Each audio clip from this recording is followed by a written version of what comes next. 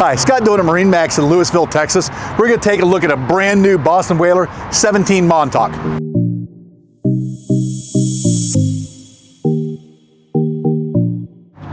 All right, so 17 Montauk, I mean, absolute classic boat from Boston Whaler. They're everywhere. They're really, really popular boats. 7-inch Simrad in the dash on this one. This one does have a 115 horsepower Mercury outboard. Blacked out ski tow bar, which is nice, good looking.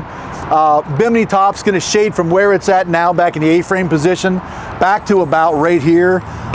Leaning post, live well built in under, through floor, overboard drainage, flip up seats in the back, cooler seat up front, storage underneath your cushions in the front, really, really nice boat. This one's already laid out for a trolling motor. We would just have to put the mount on it for it. So it's already pre-wired, so pretty plug and play. So if you got any questions about this or any other boat you see online, pick up the phone and give us a call. We'd love to talk to you.